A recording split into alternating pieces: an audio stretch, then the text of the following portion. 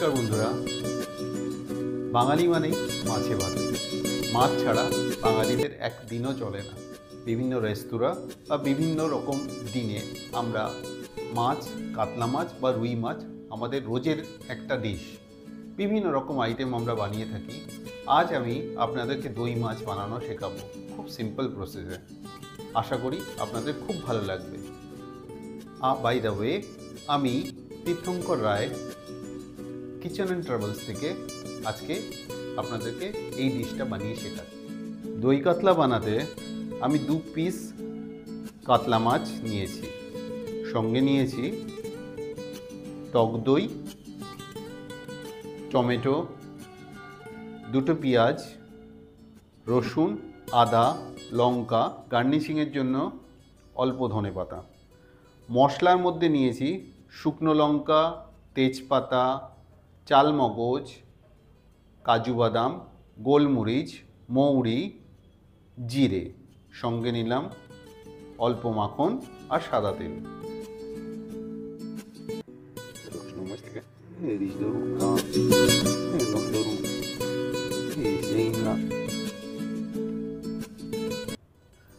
প্রথমে আমি কাতলা মাছ দুটোর মধ্যে অল্প নুন দিয়ে মাখাবো।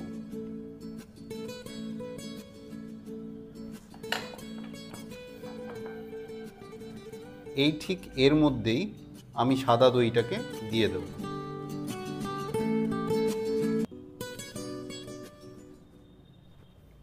কোনো হলুদ বা লঙ্কা কোনো কিছুই আমি দিচ্ছি না।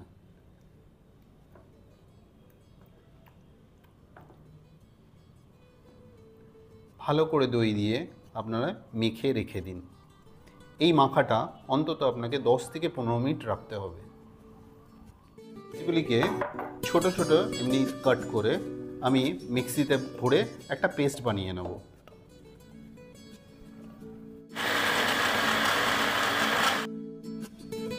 আমি পেঁয়াজটাকে পেস্ট করেছি।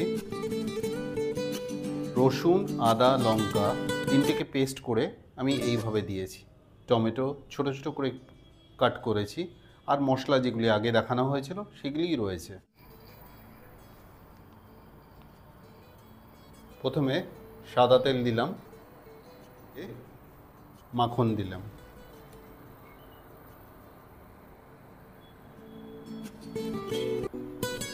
যেহেতু মাছগুলিকে আমি ভাজবো না, ডাইরেক্ট করব, এই কারণে তেলের পরিমাণ বা মাখনের পরিমাণটা একটু বেশি রাখবেন।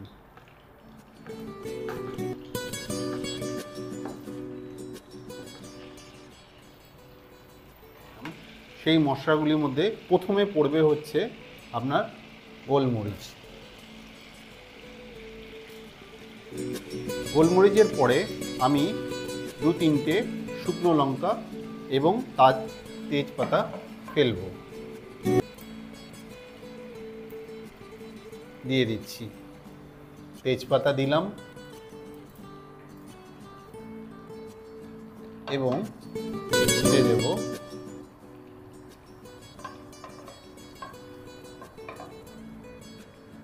দারচিনি, লবঙ্গ 2-3টে,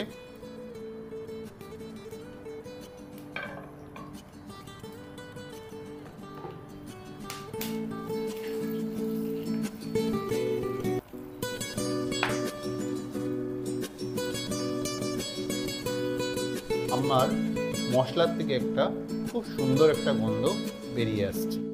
আমি একটু খেয়াল করুন, আমি কাজু বাদাম, চালমগজ এবং মৌরিটাকে একসঙ্গে ভিজিয়ে রাখব।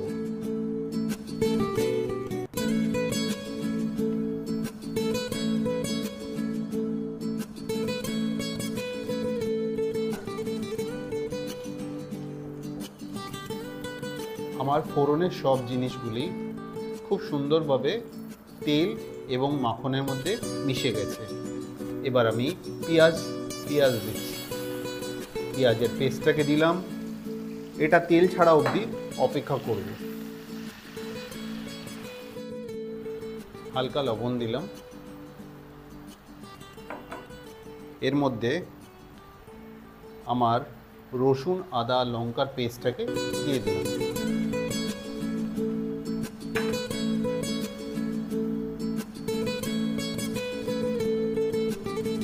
আমি কাজু, চালমগজ আর মৌরিটা যেটা ভিজিয়ে রেখেছিলাম সেটা পেস্ট করব।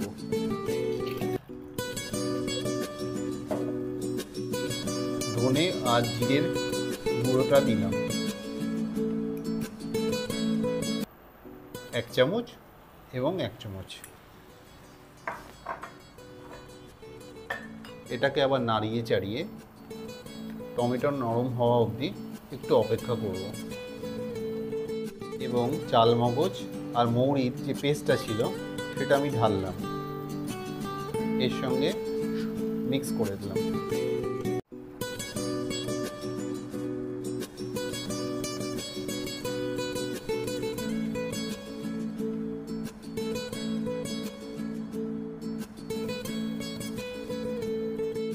আমি যেই দই দিয়ে মাছটাকে অনেকক্ষণ আগে থেকে ম্যারিনেট করে রেখেছিলাম সেই মাছগুলিকে আমি নিয়ে একটা একটা করে দিয়ে দিচ্ছি। আমি ভাজিনি, আমি ডাইরেক্ট এই অবস্থায় দিচ্ছি। দইটাকে আমি পরে দেব।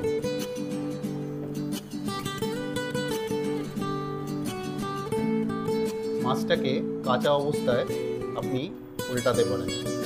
যদি এটা সিদ্ধ হয়ে যায় তাহলে কিন্তু ওঠানোটা খুব অসুবিধা হয়ে যায়, তাই আমরা প্রথম অবস্থায় এটাকে উল্টে পাল্টে নেব।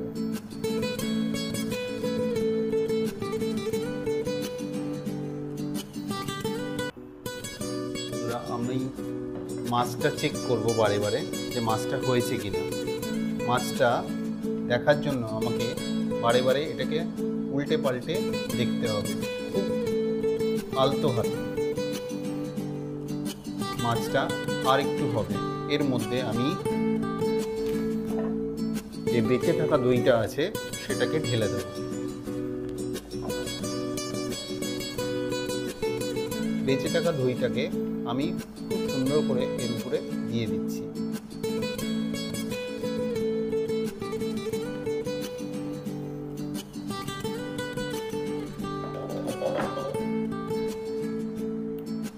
এবার দইটার মধ্যে মশলাটাকে খুব ভালো করে মিশিয়ে দেব। মাছটাকে আরেকবার উল্টিয়ে দেব। দেখুন মাছটা খুব ভালো করে খেয়াল করুন, মাছের গায়ে একটা ফাটা ফাটা দাগ আসছে। এই ফাটা দাগ দেখে আমি বুঝতে পারবো মাছটা ভিতর দিয়ে সিদ্ধ এবং আমার রান্না প্রায় শেষের দিকে। এই রান্নাটা আপনি কাজু বাদামের জায়গায় বা চালমগজের জায়গায় নারকেল দিয়েও করতে পারেন, যেটা আরও সুন্দর লাগবে। আমি আবার এটাকে আরেকবার ঢেকে দিলাম।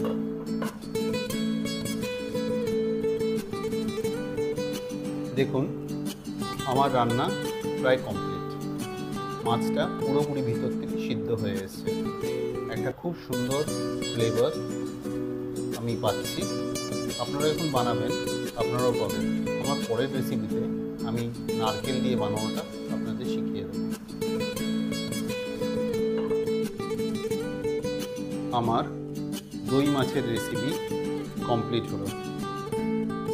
আশা করি আপনারাও বাড়িতে বানাবেন আর এই ডিশটাকে এনজয় করবেন। ধন্যবাদ।